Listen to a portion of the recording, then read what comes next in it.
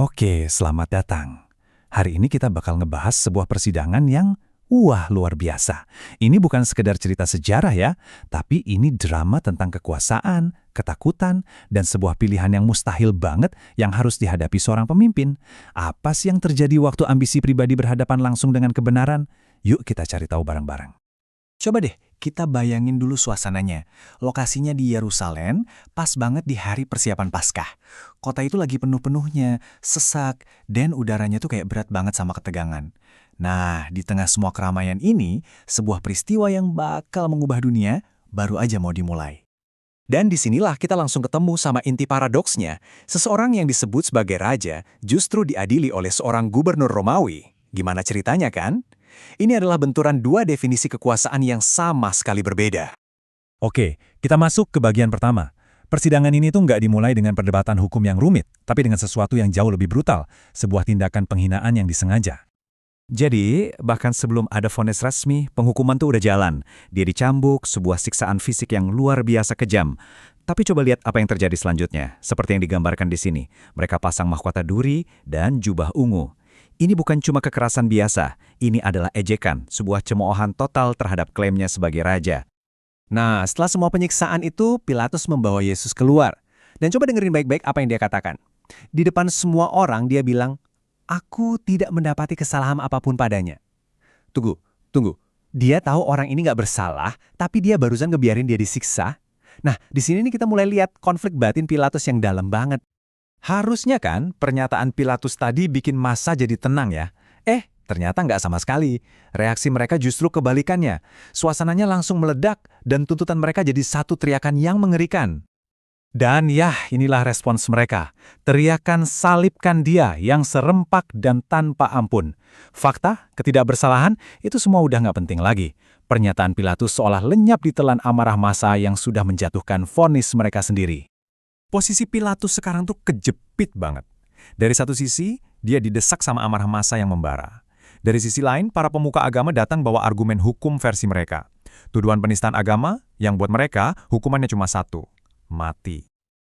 Tekanan dari dua sisi inilah yang membawa kita tepat ke jantung dilema Pilatus.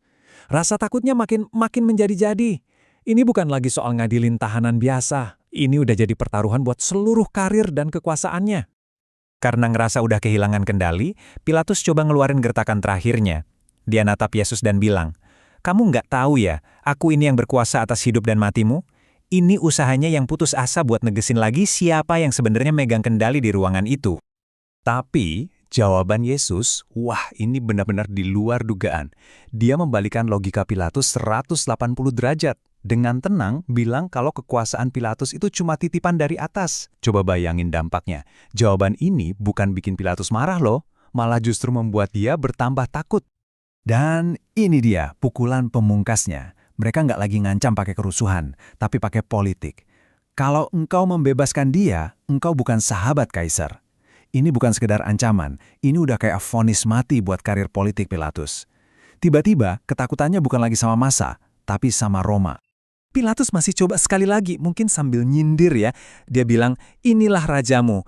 Dan jawaban dari para imam kepala ini benar-benar mencengangkan. Coba bayangin, para pemimpin agama Yahudi justru teriak, "Kami tidak punya raja selain Kaisar." Mereka baru saja memilih kekuasaan politik Roma di atas keyakinan mereka sendiri. Nah, ini yang jadi pertanyaan utamanya. Kenapa Pilatus, yang punya pasukan dan otoritas penuh dari Roma di belakangnya, kok bisa tunduk sama tekanan ini? Yuk, kita coba analisis keputusannya. Oke, sekarang ayo kita bedah. Kenapa sih Pilatus akhirnya menyerah? Sumber analisis kita ngasih beberapa petunjuk kunci tentang apa yang sebenarnya terjadi di dalam pikirannya saat itu. Ujung-ujungnya, ini cuma soal hitung-hitungan dingin, persis kayak timbangan ini. Di satu sisi timbangan, ada semua ketakutannya, kehilangan jabatan, kerusuhan, dapat laporan jelek dari Roma. Di sisi lain, cuma ada satu hal, kebenaran. Dan kita tahu kan, sisi mana yang akhirnya lebih berat. Dia memilih keamanan pribadinya. Dan keputusan ini tuh gak datang tiba-tiba. Coba lihat jalan ini. Ini sebuah proses, kayak kita menuruni lereng yang licin.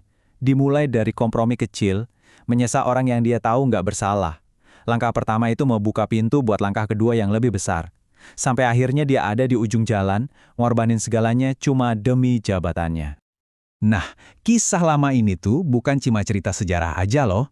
Sumber analisis kita menarik sebuah garis lurus dari dilema Pilatus ke tantangan yang kita hadapi dalam kehidupan modern, apalagi dalam soal kepemimpinan. Sumber analisis kita bahkan ngasih nama buat ini, prinsip Pilatus. Ini adalah peringatan yang kuat banget. Setiap kali kita bikin keputusan, lebih karena takut sama omongan orang, atau cuma buat ngamanin posisi kita, dan bukan karena apa yang benar, kita lagi menapaki jalan yang sama persis kayak Pilatus. Terus, solusinya gimana dong? Sumber ini ngasih model kepemimpinan yang sama sekali berbeda. Kepemimpinan itu bukan jabatan buat dipertahanin, tapi sebuah kepercayaan yang harus dijalankan dengan bijaksana. Fokusnya bukan pada rasa takut ke atasan atau massa, tapi pada tanggung jawab terhadap standar moral yang lebih tinggi. Tujuannya bukan menyenangkan orang, tapi melakukan apa yang benar. Jadi, inti utamanya sebetulnya ini. Penilaian akhir atas hidup kita, menurut perspektif ini, bukanlah opini publik atau laporan kinerja kita. Pesannya adalah untuk fokus menjadi seperti yang dikehendaki Tuhan, bukan seperti yang diinginkan oleh orang lain. Dan disinilah tantangan yang paling nusuk datang. Sebuah pertanyaan buat kita renungkan. Kalau dalam hidup kita, pola keputusan kita selalu lebih mentingin menyenangkan orang lain, di atas melakukan apa yang benar, seberapa berbedakah kita dari Pilatus? Dan kita tutup dengan pertanyaan terakhir dari sumber kita yang membawa semua ini ke kehidupan kita sehari-hari. Ini adalah pemikiran untuk kita bawa pulang. Dalam setiap keputusan yang kita buat hari ini, entah itu besar ataupun kecil, siapa audiens yang sebenarnya sedang coba kita senangkan?